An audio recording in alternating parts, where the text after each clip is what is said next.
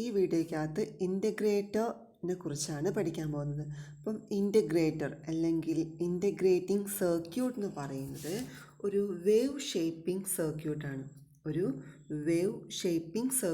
അപ്പം integrating circuit എന്ന് പറഞ്ഞിട്ടുണ്ടെങ്കിൽ അതൊരു വേവ് ഷേപ്പിംഗ് സർക്യൂട്ട്സ് ആണ്. Different types of wave shaping circuits നമ്മൾ പഠിച്ചിട്ടുണ്ട്. ഏതൊക്കെയായിരുന്നു അത്? Different types of wave shaping circuits. Clipping പഠിച്ചു, then clamping, then differentiator, and fourth one integrator.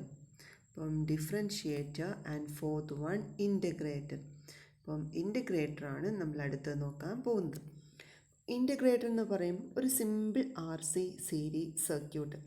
റെസിസ്റ്ററും കപ്പാസിറ്ററും സീരീസ് ആയിട്ട് കണക്ട് ചെയ്യും. ഇവിടെ നമ്മൾ ഔട്ട്പുട്ട് വോൾട്ടേജ് എടുക്കുന്നത് കപ്പാസിറ്ററിനെ ക്രോസ് ആണ്. ഡിഫറൻഷിയേറ്റർ ആയിരുന്നെങ്കിലും ഇതേപോലെ തന്നെ ഒരു സീരീസ് ആയിട്ടുള്ള RC സർക്യൂട്ടാണ്. പക്ഷെ നമ്മൾ അവിടെ ഔട്ട്പുട്ട് വോൾട്ടേജ് എടുത്തത് റെസിസ്റ്ററിനെ ക്രോസ് ആണ്. ഇനി ഒരു ഇൻ്റഗ്രേറ്റിംഗ് സർക്യൂട്ടിൻ്റെ ഔട്ട്പുട്ട് വോൾട്ടേജ് എന്ന് പറഞ്ഞിട്ടുണ്ടെങ്കിൽ directly proportional to the integral of the input voltage. അപ്പം നമുക്കിതിനെ എങ്ങനെ പറയാം? അപ്പം output voltage directly proportional to the integral of the input voltage. ഇപ്പോൾ V0 proportional to the integral of input voltage, integral VI dt. V0 proportional to integral VI into dt. അതിന് നമുക്ക് പ്രൊപ്പോർഷണാലിറ്റിയെ നമുക്കൊന്ന് replace ചെയ്യാം. എങ്ങനെ? ഒരു കോൺസ്റ്റൻറ്റ് വെച്ച് replace ചെയ്യാം. അപ്പോൾ V0 equal to K into integral VI dt. അതിൽ K എന്ന് പറഞ്ഞിട്ടുണ്ടെങ്കിൽ K ഒരു കോൺസ്റ്റൻ്റ് ആണ്. K എന്ന് പറഞ്ഞാൽ constant of proportionality. K is the constant of proportionality. അപ്പം ഇൻ്റഗ്രേറ്ററിൻ്റെ ഔട്ട്പുട്ട് വോൾട്ടേജ് എന്ന് പറഞ്ഞിട്ടുണ്ടെങ്കിൽ proportional to the integral VI dt. Proportionality നമ്മളൊരു കോൺസ്റ്റൻറ്റ് വെച്ച് റീപ്ലേസ് ചെയ്തു. K എന്ന് പറയുന്നത് V0 equal to K into integral VI dt. ഇനി നമ്മൾ അടുത്ത് പറയാൻ പോകുന്നത് ഒരു ഇൻ്റഗ്രേറ്റിംഗ് സർക്യൂട്ട് ഡിസൈൻ ചെയ്യുന്ന സമയത്ത് നമ്മൾ ശ്രദ്ധിക്കേണ്ട ഒരു കണ്ടീഷൻ എന്ന് പറയുന്നത് the time constant of the circuit is greater than or equal to 10 times the period of the input signal waveform. 10 times the period of the input signal waveform. Time constant എന്ന് പറഞ്ഞിട്ടുണ്ടെങ്കിൽ എന്താണ്? Time constant denote ചെയ്യുന്ന simple to എന്ന് വെച്ചിട്ടാണ്. അപ്പം time constant of the circuit എന്ന് പറഞ്ഞിട്ടുണ്ടെങ്കിൽ RC ആണ്. ഈ ടൈം കോൺസ്റ്റൻറ്റ് എന്ന് പറയുന്നത് എന്തായിരിക്കണം? Should be greater than or equal to 1 to 10 times the period of the input signal wave form. അപ്പോൾ T എന്ന് പറഞ്ഞിട്ടുണ്ടെങ്കിൽ എന്താണ്? Period of the input signal wave form. അപ്പോൾ T എന്ന് പറഞ്ഞിട്ടുണ്ടെങ്കിൽ period of the input signal wave form. Signal waveform. T is the period of the input signal waveform. Then നമുക്കിതിൻ്റെ output voltage ഈ V0 equal to K into integral VI dt എന്നുള്ളത് നമുക്ക് ഒന്നും കൂടെ replace ചെയ്ത് എഴുതാം. V0 equal to 1 divided by RC integral VI dt. അപ്പം K എന്ന് പറയുന്ന കോൺസ്റ്റൻ്റ് എന്താക്കി മാറ്റി? 1/RC. അപ്പം സർക്യൂട്ട് ഡിസൈൻ ചെയ്യുന്ന സമയത്ത് നമ്മൾ ശ്രദ്ധിക്കേണ്ട ഒരു കണ്ടീഷനാണ് time constant of the circuit is greater than or equal to 10 times the time period of the input signal wave form. ഇനി ഒരു ഇൻ്റഗ്രേറ്റിംഗ് സർക്യൂട്ടിൻ്റെ ആവറേജ് ലെവൽ ഓഫ് ഔട്ട്പുട്ട് സിഗ്നലിൻ്റെ ആവറേജ് ലെവൽ, അല്ലെങ്കിൽ നമുക്ക് എന്ത് പറയാം? DC level. ആവറേജ് ലെവലിന് നമ്മൾ പറയുന്ന വേറൊരു പേരാണ് average level or DC level. ഇപ്പോൾ ആവറേജ് ലെവൽ അല്ലെങ്കിൽ DC ലെവൽ ഓഫ് ഔട്ട്പുട്ട് എന്ന് പറയുമ്പം ഈ same as that of the input signal. ഇത് ഡിഫറൻഷ്യേറ്റിംഗ് സർക്യൂട്ട് ആണെന്നുണ്ടെങ്കിൽ 0 ആണ്. പക്ഷേ ഇൻറ്റഗ്രേറ്റിംഗ് സർക്യൂട്ടിൽ ഒരു നോൺ സീറോ വാല്യൂ ആണ്. അപ്പം in integrating circuit the average value of output signal is same as that of the input signal. Then next one, ഒരു integrating circuit ഒരു ലോ പാസ് ഫിൽറ്ററായിട്ട് ആക്ട് ചെയ്യും. അപ്പം ഇൻറ്റഗ്രേറ്റിംഗ് സർക്യൂട്ട് ഒരു ലോ പാസ് ഫിൽറ്ററായിട്ട് act ചെയ്യും. ഒരു ഡിഫറൻഷ്യേറ്റിംഗ് സർക്യൂട്ട് ഒരു ഹൈ പാസ് ഫിൽറ്റർ സർക്യൂട്ടായിട്ട് ആക്ട് ചെയ്യും നമ്മൾ പറഞ്ഞിരുന്നു. ഡിഫറൻഷ്യേറ്റർ ഹൈ പാസ് ഫിൽറ്ററായിട്ട് ആക്ട് ചെയ്യും. ഇൻറ്റഗ്രേറ്റർ ലോ പാസ് ഫിൽറ്ററും. അപ്പം ലോ പാസ് ഫിൽറ്റർ എന്ന് പറഞ്ഞിട്ടുണ്ടെങ്കിൽ എന്താണ് ലോ പാസ് ഫിൽറ്റർ? നമുക്കറിയാം ഫിൽറ്റർ എന്ന് പറയുമ്പം ഫിൽറ്ററിങ് പ്രോസസ്സാണ് അവിടെ നടക്കുന്നത്. Then low pass filter, integrator low pass filter. Low pass filter എന്ന് പറയുമ്പം ലോ ഫ്രീക്വൻസീസിനെ പാസ് ചെയ്യും, ഹൈ ഫ്രീക്വൻസീസിനെ അറ്റുനേറ്റ് ചെയ്യും. അപ്പം നമുക്കൊന്ന് വരച്ച് നോക്കാം. അതിൻ്റെ ഫ്രീക്വൻസി റെസ്പോൺസ് ഗ്രാഫ് വരയ്ക്കാം. ഫ്രീക്വൻസി റെസ്പോൺസ് ഗ്രാഫാണ്. എക്സ് ആക്സിസിൽ ഫ്രീക്വൻസി, വൈ ആക്സിസിൽ അതിൻ്റെ ഗെയിൻ. എഫ് എന്ന് പറഞ്ഞാൽ ഫ്രീക്വൻസി, എഫ് എന്ന് പറഞ്ഞിട്ടുണ്ടെങ്കിൽ frequency of the signal, and y ആക്സിസിൽ അതിൻ്റെ ഗെയിൻ. ഇവിടെ എ വി എന്ന് പറഞ്ഞിട്ടുണ്ടെങ്കിൽ നമ്മൾ എടുക്കുന്നത് വോൾട്ടേജ് ഗെയിൻ ആണ്. വോൾട്ടേജ് ഗെയിൻ എന്ന് പറഞ്ഞിട്ടുണ്ടെങ്കിൽ എന്താണ്? Output by input. Output voltage divide by input voltage, V0 divide by VI. V0 output വോൾട്ടേജിന് നമ്മൾ ഡിനോട്ട് ചെയ്യാൻ V0 എന്ന് പറഞ്ഞ് നമുക്ക് ഡിനോട്ട് ചെയ്യാം. ഇൻപുട്ട് വോൾട്ടേജിന് VI എന്ന് പറഞ്ഞ് ഡിനോട്ട് ചെയ്തു. ഇനി നമ്മുടെ ഫ്രീക്വൻസി റെസ്പോൺസ് ഗ്രാഫാണ്. ഇതിന് നമ്മൾ പറയുന്നത് frequency response graph. Frequency response graph എന്ന് പറഞ്ഞിട്ടുണ്ടെങ്കിൽ നമ്മുടെ ഫ്രീക്വൻസി ഇൻക്രീസ് ചെയ്യുക. ലോ ഫ്രീക്വൻസി തൊട്ട് ഹൈ ഫ്രീക്വൻസി വരെയുള്ള സിഗ്നൽസ് ഇൻക്രീസ് ചെയ്യുന്ന സമയത്ത് ലോ ഫ്രീക്വൻസീസിനെ പാസ് ചെയ്യും. അപ്പോൾ ലോ ഫ്രീക്വൻസീസിനെ പാസ് ചെയ്യുക എന്ന് പറയുമ്പോൾ അവിടെ നമുക്ക് മാക്സിമം ഗെയിൻ കിട്ടും. എഗെയിൻ നമ്മുടെ ഫ്രീക്വൻസീസ് ഇൻക്രീസ് ചെയ്യുക. അങ്ങനെ ഇൻക്രീസ് ചെയ്ത് വെരി ഹൈ ഫ്രീക്വൻസിയിലെത്തുമ്പോൾ അതിൻ്റെ ഗെയിൻ കുറഞ്ഞു വരും. അപ്പോൾ ഇവിടെ മാക്സിമം ഗെയിൻ നമുക്ക് ഇവിടെ കിട്ടും. മാക്സിമം ഗെയിൻ നമുക്ക് ലോ ഫ്രീക്വൻസിയിൽ കിട്ടും. ദെൻ ഇങ്ങോട്ടേക്കൊക്കെ പോകുന്നതോറും എന്ത് ചെയ്യും? അതിൻ്റെ ഗെയിൻ കുറഞ്ഞു വരും. അപ്പം ലോ ഫ്രീക്വൻസീസിനെ പാസ് ചെയ്ത് ഹൈ ഫ്രീക്വൻസിയൊക്കെ എത്തുമ്പോൾ എന്താവും? 0 ആയിരിക്കും. അപ്പോൾ ഇതിന് നമുക്ക് പാസ് ബാൻഡ് എന്ന് പറയാം. പാസ് ബാൻഡ് എന്ന് പറയുമ്പം ഫ്രീക്വൻസീസ് പാസ് ചെയ്യുന്ന റീജിയൻ നമുക്ക് പാസ് ബാൻഡ് എന്ന് പറയാം. അതേപോലെ തന്നെ ഇതിനെ നമുക്ക് അറ്റുനേഷൻ ബാൻഡ് എന്ന് വിളിക്കാം. ഈ റീജിയനിലെ സിഗ്നൽസിനെ അറ്റുനേറ്റ് ചെയ്യുന്നത് മീൻസ് സ്റ്റോപ്പ് ചെയ്യുന്നത്. അപ്പോൾ നമുക്കതിനെ സ്റ്റോപ്പ് ബാൻഡ്, അറ്റുനേഷൻ ബാൻഡ് എന്നൊക്കെ വിളിക്കാം. അപ്പോൾ ഒരു ഇൻറ്റഗ്രേറ്റർ ഒരു ലോ പാസ് ഫിൽറ്ററായിട്ട് ആക്ട് ചെയ്യും. ലോ പാസ് ഫിൽറ്റർ എന്ന് പറഞ്ഞിട്ടുണ്ടെങ്കിൽ it is a filter which passes the low frequency component and it attenuates or stop the high frequency component. To plot the frequency response of the low pass filter, frequency are represented in x-axis and voltage gain is represented in y-axis. At low frequencies, the frequency response shows the maximum output voltage. But when the frequency increases, the voltage gain reduces. At very high frequencies, voltage gain reduces to 0. അല്ലേ? 0ലേക്ക് reduce ചെയ്ത് നമുക്ക് കാണാൻ പറ്റും. അപ്പം ഇതാണ് ഒരു low pass filter എന്ന് പറഞ്ഞിട്ടുണ്ടെങ്കിൽ. ഇനി നമുക്ക് നോക്കാം. Low pass filter circuit passes low frequencies and attenuate high frequencies. എന്താണ് ലോ പാസ് ഫിൽറ്റർ എന്നാണ് പറയുന്നത്? Passes low frequencies and attenuate high frequencies. Attenuation of high frequencies. ഈ ഹൈ ഫ്രീക്വൻസീസിനെ അറ്റുനേറ്റ് ചെയ്യാനുള്ള റീസണാണ് പറയുന്നത്. അപ്പം ഒരു ഇൻറ്റഗ്രേറ്റിംഗ് സർക്യൂട്ട് എന്ന് പറഞ്ഞിട്ടുണ്ടെങ്കിൽ റെസിസ്റ്റർ, കപ്പാസിറ്റർ, ഇതാണ് ഒരു ഇൻറ്റഗ്രേറ്റിംഗ് സർക്യൂട്ട്. നമ്മൾ ഔട്ട്പുട്ട് വോൾട്ടേജ് എടുക്കുന്നത് കപ്പാസിറ്ററിന് അക്രോസ് ആണ്, RC. ഇവിടെയാണ് നമ്മൾ ഇൻപുട്ട് വോൾട്ടേജ് കൊടുക്കുന്നത്. അപ്പം attenuation of high frequencies is due to the reactance of the circuit. Reactance of the capacitor. Capacitor reactance എന്താണ്? XC എന്താ? 1/2πfc. ഓക്കെ. ഇതിൽ which decreases with increasing frequency.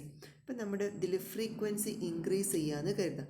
Frequency increase ചെയ്യുമ്പോൾ എന്തുണ്ടായിരിക്കും? Capacitive reactance reduce ചെയ്യും അല്ലേ?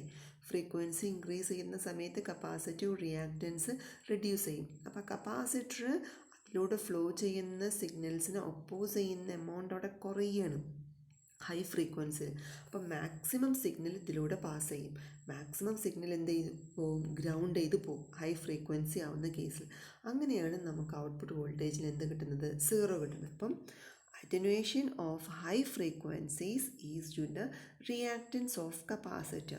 The reactance of the capacitor decreases with the increase in frequency. അതെങ്ങനെയാണെന്നുള്ളതാണ് ഈ പറയുന്നത്. ഇവിടെ X equal to 1/2πfc. Frequency increase ചെയ്യുമ്പം കപ്പാസിറ്റീവ് റിയാക്റ്റൻസ് എന്ത് ചെയ്യും? ഡിക്രീസ് ചെയ്യും. In very high frequencies, the capacitor act as short circuit. Capacitor short circuit ആയിട്ട് act ചെയ്യും and therefore the output drops to 0. അപ്പം വെരി ഹൈ ഫ്രീക്വൻസിയിൽ capacitor short circuit ആയിട്ട് act ചെയ്തിട്ട് ഔട്ട്പുട്ട് വോൾട്ടേജ് എന്ത് ചെയ്യും? Drop to 0. ഇതാണ് ലോ പാസ് ഫിൽറ്റർ എന്ന് പറയുന്നത്. ഒരു ഇൻ്റഗ്രേറ്റർ ലോ പാസ് ഫിൽറ്റർ ആയിട്ട് ആക്ട് ചെയ്യും, ഡിഫറൻഷ്യേറ്റർ ഹൈ പാസ് ഫിൽറ്റർ ആയിട്ടും ആക്ട് ചെയ്യും. ഇനി ഇൻ്റഗ്രേറ്റിംഗ് സർക്യൂട്ടിൻ്റെ അപ്ലിക്കേഷൻസ് ആണ് നമുക്ക് പഠിക്കാനുള്ളത്. അപ്പം അപ്ലിക്കേഷൻസ് എന്ന് പറയുമ്പം നമുക്ക് മാത്തമാറ്റിക്കൽ ഇൻ്റഗ്രേഷൻ, അനലോഗ് കമ്പ്യൂട്ടേഴ്സിനകത്തൊക്കെ മാത്തമാറ്റിക്കൽ ഇൻ്റഗ്രേഷൻസ് ആവശ്യം വരുന്നുണ്ട്. അവിടെയൊക്കെ നമുക്ക് എന്ത് യൂസ് ചെയ്യാൻ പറ്റും? ഇൻ്റഗ്രേറ്റിംഗ് സർക്യൂട്ട് യൂസ് ചെയ്യാം. Then second one ആണ് to generate a triangular waveform from a square wave. ഒരു സ്ക്വയർ വേവിന്ന് ട്രയാങ്കുലർ വേവ് ജനറേറ്റ് ചെയ്യാം. Then third one to generate a sawtooth from a rectangular wave. Differentiating circuit ആയിരുന്ന സമയത്ത് എങ്ങനെയായിരുന്നു? Square വേവിന്ന് spike ഉണ്ടാക്കി. Then നമ്മളവിടെ സ്ക്വയർ വേവിന്ന് സ്പൈക്ക് ഉണ്ടാക്കി. ഇവിടെയാണെങ്കിൽ സ്ക്വയർ വേവിന്ന് ട്രയാങ്കുലർ വേവാണ് ഉണ്ടാക്കുന്നത്. അപ്പം അതിൻ്റെ ഇൻപുട്ട് സിഗ്നൽ ഇവിടെ ട്രയാങ്കുലർ വേവ് സ്ക്വയർ വേവിന്ന് ഉണ്ടാക്കുന്ന സമയത്ത് ഇൻപുട്ട് എന്ന് പറയുന്നത് സ്ക്വയർ വേവ്, ഔട്ട്പുട്ട് എന്താണ്? Triangular wave. അപ്പം generation of a triangular wave from a square wave. അപ്പം ഈ ഒരു സ്ക്വയർ വേവ് എന്ന് പറയുന്നതാണ് input to the integrating circuit and this is the output from the integrating circuit. അപ്പോൾ നമ്മൾ ഇൻപുട്ട് സ്ക്വയർ വേവ് ആയിട്ട് കൊടുക്കുകയാണെന്നുണ്ടെങ്കിൽ ഔട്ട്പുട്ട് നമുക്കൊരു ട്രയാങ്കുലർ വേവ് ആയിട്ട് കിട്ടും. ഇതെന്ന് പറയുന്നത് സ്ക്വയർ വേവാണ്, ഒരു സ്ക്വയർ വേവാണ്. അപ്പോൾ ഇൻപുട്ട് സ്ക്വയർ വേവ് ആയിട്ട് കൊടുക്കുമ്പം ഔട്ട്പുട്ട് നമുക്കൊരു ട്രയാങ്കുലർ വേവ് ആയിട്ട് കിട്ടും. Triangular wave.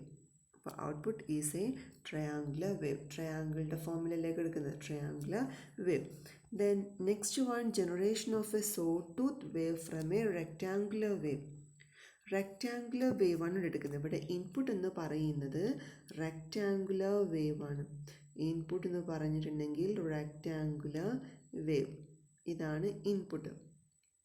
ഔട്ട്പുട്ട് എന്ന് പറഞ്ഞിട്ടുണ്ടെങ്കിൽ സോ ടൂത്ത് പോലെ ഇരിക്കുന്നില്ലേ? അപ്പം ഔട്ട്പുട്ട് സോ ടൂത്ത് വേവാണ്. ഔട്ട്പുട്ട് എന്ന് പറയുന്നത് സോ ടൂത്ത് വേവ് ഔട്ട്പുട്ട്.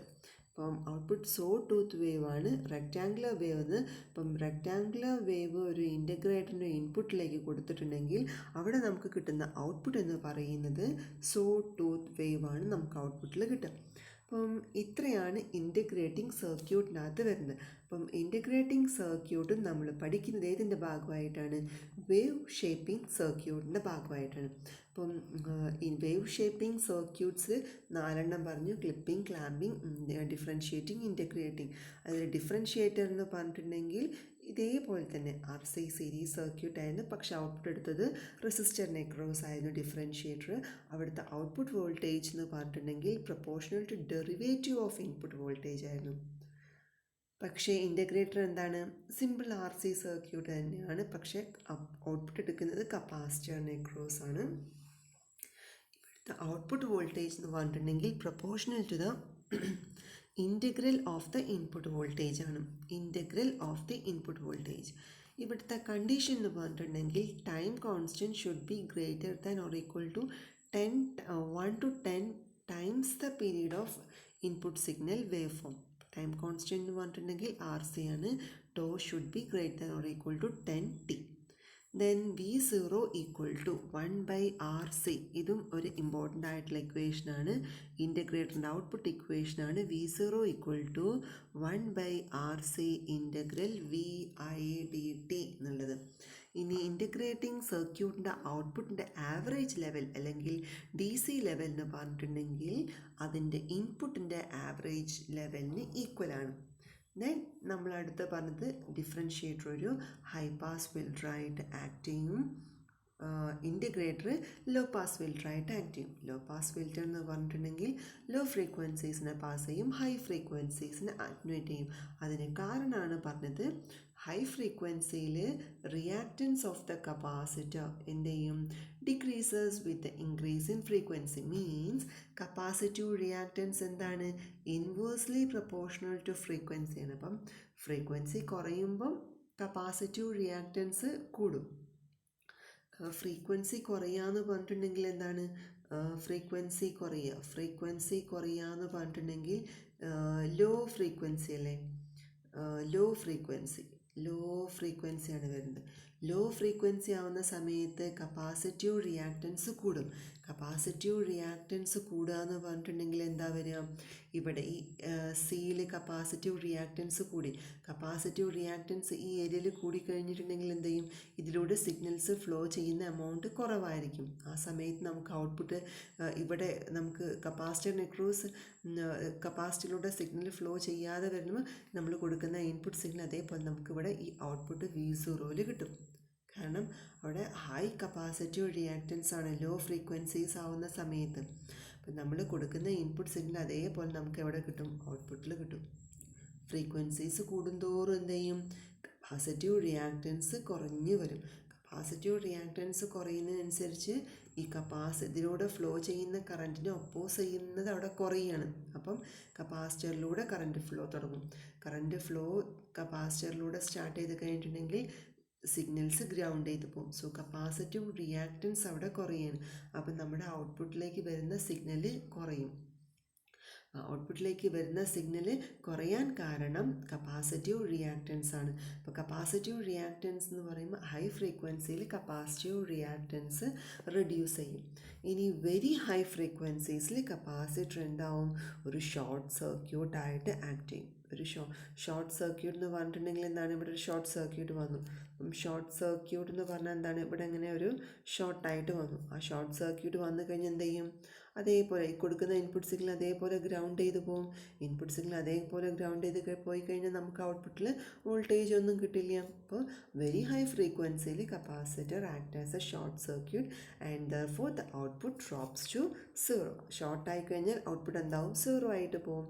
അപ്പോൾ ഫ്രീക്വൻസി റെസ്പോൺസിൻ്റെ ഗ്രാഫാണ് വരച്ചിട്ടുള്ളത്. ഇതൊരു പ്രാക്ടിക്കൽ ഫ്രീക്വൻസി റെസ്പോൺസ് ഗ്രാഫാണ് കേട്ടോ. അപ്പം നമ്മൾ വരച്ചിരിക്കുന്നത് പ്രാക്ടിക്കൽ കേസാണ്. അപ്പം പ്രാക്ടിക്കൽ കേസാണ് നമ്മളിവിടെ വരച്ചിട്ടുള്ളത്. പ്രാക്ടിക്കൽ കേസ് ഒരു ഐഡിയൽ ആവുന്ന കേസിൽ എങ്ങനെ വരും, ഐഡിയൽ ലോ പാസ് ഫിൽറ്റർ എന്ന് പറയുമ്പോൾ നമുക്കിവിടെ ചെറുതാക്കി വരയ്ക്കാം. ഒരു ലോ പാസ് ഫിൽറ്റർ എന്ന് പറയുമ്പോൾ ഇങ്ങനെ കോൺസ്റ്റൻ്റ് ആയിട്ട് വരിക. ഇവിടെ ഫ്രീക്വൻസി എക്സ് ആക്സിസിൽ, വൈ ആക്സിസിൽ അതിൻ്റെ വോൾട്ടേജ് ഗെയിൻ. അപ്പം ലോ ഫ്രീക്വൻസീസിൽ കോൺസ്റ്റൻ്റ് ആയിട്ടുള്ള ആംപ്ലിറ്റ്യൂഡ്, ഹൈ ഫ്രീക്വൻസിക്ക് എത്തുമ്പോൾ എന്താവും, 0. കട്ട് ഓഫ് ഫ്രീക്വൻസി, ഇതിൻ്റെ cut off frequency, lower cut off frequency, higher cut off frequency എന്നൊക്കെ പറയും. ഈ കട്ട് ഓഫ് ഫ്രീക്വൻസി എത്തുന്ന സമയത്താണ് സഡനായിട്ട് അവിടെ സിഗ്നൽസ് സ്റ്റോപ്പ് ചെയ്യുന്നത്, ട്രാൻസിഷൻ. ഇത് ഐഡിയൽ കേസാണ്, പക്ഷേ ഇത് പോസിബിൾ അല്ല. പ്രാക്ടിക്കൽ കേസിൽ എന്താവും, ഒരു റോൾ ഓഫ് നടക്കും. അങ്ങനെ ഒരു റോൾ ഓഫ് നടക്കും പ്രാക്ടിക്കൽ കേസിൽ. സഡൻ ചേഞ്ച് അവിടെ നടക്കുന്നില്ല, റോൾ ഓഫ് നടക്കും. ഇതിൽ നമ്മൾ കട്ട് ഓഫ് ഫ്രീക്വൻസി കണ്ടുപിടിക്കാൻ വേണ്ടിയിട്ട് -3 dB എടുക്കുക. -3 dB എടുത്തിട്ട് താഴേക്ക് വരയ്ക്കുന്ന പോയിൻ്റ്, ഇതാണ് കട്ട് ഓഫ് ഫ്രീക്വൻസി എന്ന് പറയുന്നത്. കട്ട് ഓഫ് ഫ്രീക്വൻസി എന്ന് പറയുമ്പം ആ ഫ്രീക്വൻസിയിലാണ് അതിൻ്റെ പവർ ഹാഫ് പവർ ആവുന്നത്. അപ്പം ഇത്രയും പോർഷനിലാണ് അതിൻ്റെ, ഇത്രയും റീജിയനാണ് ബാൻഡ് വിഡ്ത്തായിട്ട് എടുക്കുന്നത്. കട്ട് ഓഫ് ഫ്രീക്വൻസി വരെയുള്ള പോർഷനാണ് ബാൻഡ് വിഡ്ത്ത് ആയിട്ട് എടുക്കുക. അത്രയും റീജിയനിലാണ് സിഗ്നൽസ് ട്രാൻസ്മിറ്റ് ചെയ്യുന്നത്. ബാക്കി റീജിയനിൽ സിഗ്നൽസിൻ്റെ ട്രാൻസ്മിഷൻ റെഡ്യൂസ് ചെയ്യും. അപ്പം ഇതൊക്കെയാണ് ഒരു ലോ പാസ് ഫിൽറ്റർ എന്ന് പറയുന്നത്. ദെൻ അതിൻ്റെ ആപ്ലിക്കേഷൻ പറഞ്ഞു, മാത്തമാറ്റിക്കൽ ഇൻറ്റഗ്രേഷൻ ആവശ്യമുള്ള സ്ഥലങ്ങളിൽ. ഒരു എക്സാമ്പിളാണ് analog computer. Then next one, to generate a triangular wave from a square wave and to generate a sawtooth from a triangular. ഇത്രയും അപ്ലിക്കേഷൻസ് ആണ് നമുക്ക് വരുന്നത്. നമുക്ക് എവിടേക്കാണോ ആവശ്യങ്ങൾ വരുന്നത് ആ അപ്ലിക്കേഷനിൽ നമ്മളിത് യൂസ് ചെയ്യും. ഇങ്ങനെ 4 വേവ് ഷേപ്പിംഗ് സർക്യൂട്ട്സ് ആണ് നമ്മൾ പഠിച്ചത്. ഇത്രയാണ് ഈ വീഡിയോയ്ക്കകത്തുള്ളത്.